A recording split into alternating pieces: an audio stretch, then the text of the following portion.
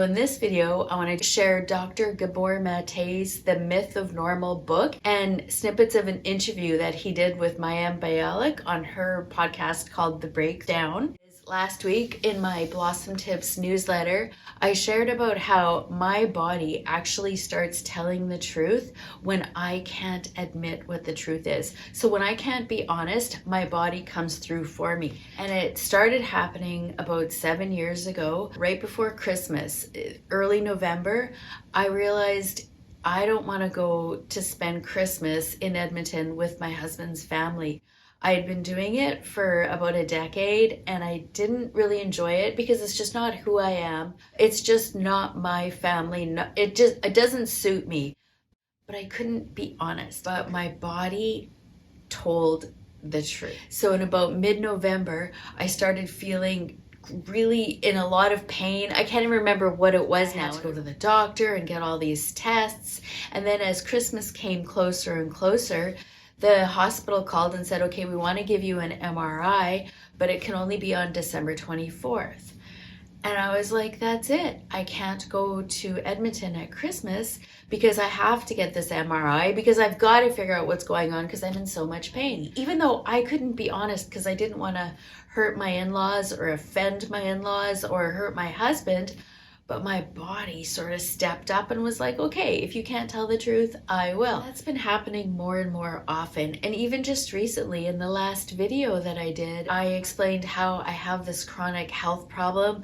I don't know why or what's going on, and the doctor doesn't know why. Now I have to see a hematologist.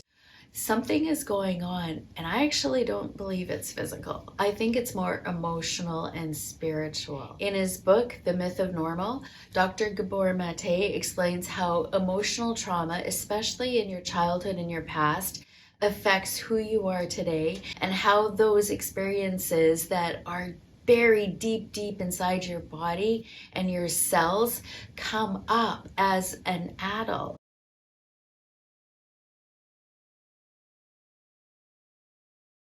Best explanation that I really want to focus on for this video is on Mayim Bialik's breakdown. And this is what he told her about who suffers from chronic illness all the time and how to prevent it. Tell us who gets sick. So who gets sick? People who are prone to get chronically ill. And by the way, we have to nail that. We're not talking about causation here. Yep. Okay? Sure. There's multiple causes. But so we're talking about a contributing factor, but a reversible one. Right. And if you reverse it, that can have a positive impact on the condition. That's the whole point. Right. Okay. Tell us who gets sick. So who gets sick? There's sort of four characteristics, and you tell me if yours really friend. I have all of them. Go ahead. This is not a bingo game. But tell me if yours. Everything's a bingo game. People who are prone to get chronically ill are ones who tend to put other people's emotional needs compulsively ahead of their own. Ding, ding, ding. Okay, number one. Number two, they tend to be over-identified with duty, role, and responsibility rather than the needs of the self. Ding, ding, ding. Okay. They tend to repress healthy anger. They don't know how to set a clear boundary. I don't even know what anger is. Yeah, healthy anger we're talking about. Right. Okay. Ding, ding. You know about throwing stuff. Anger. I throw things. These are the people. I rage. I don't have anger. You heard the expression, the good die young? Yep. That's what it means. These very uplifting. What's the fourth characteristic? These very nice people. I worry about people that are very nice. You know. He knows I can be very mean, but yeah. Yes. Ding, ding, ding. The fourth is this belief that you're responsible for other people feel, and you must never disappoint anybody. It's not a belief; it's a truth. Ding, ding, ding. No, it's not a truth. I know. I was being. You're being. Yeah, sorry. You're being your comedian self. Yeah. Okay. Yeah. Why do those traits lead to illness? Well, go ahead. We'll let you tell people. It's because, as a neuroscientist, you know that the mind and the body can't be separated. And that healthy it's a boundary defense. The role of healthy anger is a boundary defense. In fact, our emotions in general, they have one fundamental function, allowing what is healthy and nourishing and supportive, the love, and keep out what is toxic and dangerous. That's the role of our emotional system. In other words, the emotional system and the nervous system, the immune system have exactly the same function. And not only do they have the same function, they're part and parcel of the same apparatus. They're not even separated. Right. So naturally, when people repress themselves emotionally, that's going to have an impact on the immune system. How could it be otherwise? So those are just the 4 characteristics of who gets chronically ill and why, because they're suppressing their emotional needs and their thoughts and the beliefs, and they're not able to say it. So number 1, people who get chronically ill, they tend to put other people's emotional needs ahead of their own.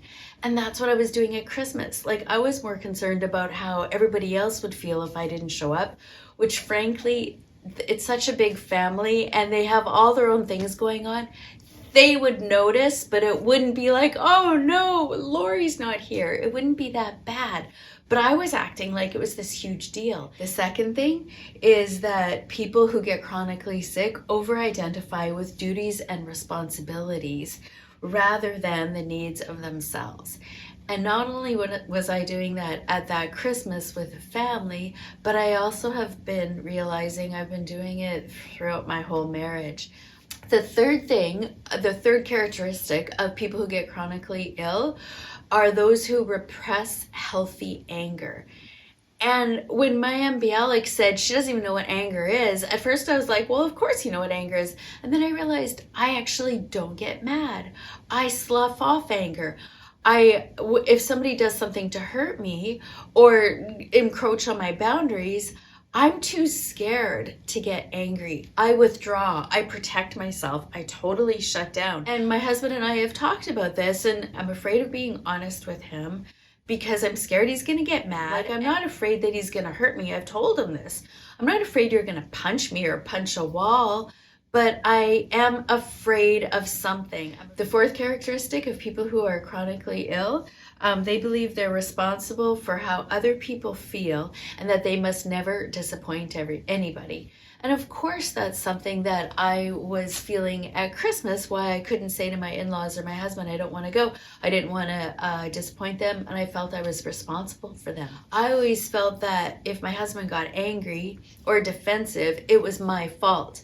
And he would tell me over and over, Lori, it's not about you. This is my thing. But I wouldn't believe him, and I would still take it on and blame myself and believe that I was causing it. If you're getting chronically sick, or if this resonates with you in any way, just to encourage you to look back at your past.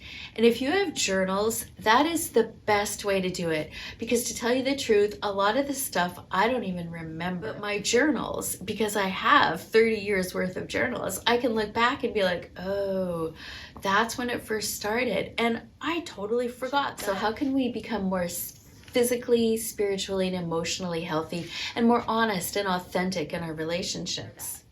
Be aware of how not being authentic and open and honest about who you are affects your physical health. Because your body doesn't lie. Your body can't lie. So if you can't tell the truth, look and see what your body's saying. I remember meeting someone for the first time, and I remember just physically recoiling from her because there was something about her that I just couldn't get involved with. Like, I was just like, whoa, the energy was so bad. But I continued a relationship with her for a few years, and it was a very unhealthy, very toxic friendship. But if we stay in the present moment, if we stay connected to how we're thinking and feeling, and right in this moment, stay connected to God or your inner knowing, your instincts, yourself, then you're going to know what your body needs and what your mind and heart and soul needs. But if you're disconnected, if we're going far into the future and being afraid of somebody leaving you, which I am, if you go too far into the future, you're not in the present moment and you're not able to be honest and authentic. And the third thing for me, this is a very personal one to me, is to stop editing myself and stop rushing myself. So when I write, I am constantly on editor mode. So I'll start typing a sentence and I'll be like, no, I can't say that because that's not perfect. That's not exactly what I want to express. The same with making videos. I'll start saying something and be like, no, that's not right. That's not what I want to say. And people are going to think this and they're going to take it the wrong way and blah, blah, blah. I'm constantly second guessing myself. I need to start taking care of my own needs and allowing myself to slow down to say what I really think and feel, and not to edit myself as I go. Thank you.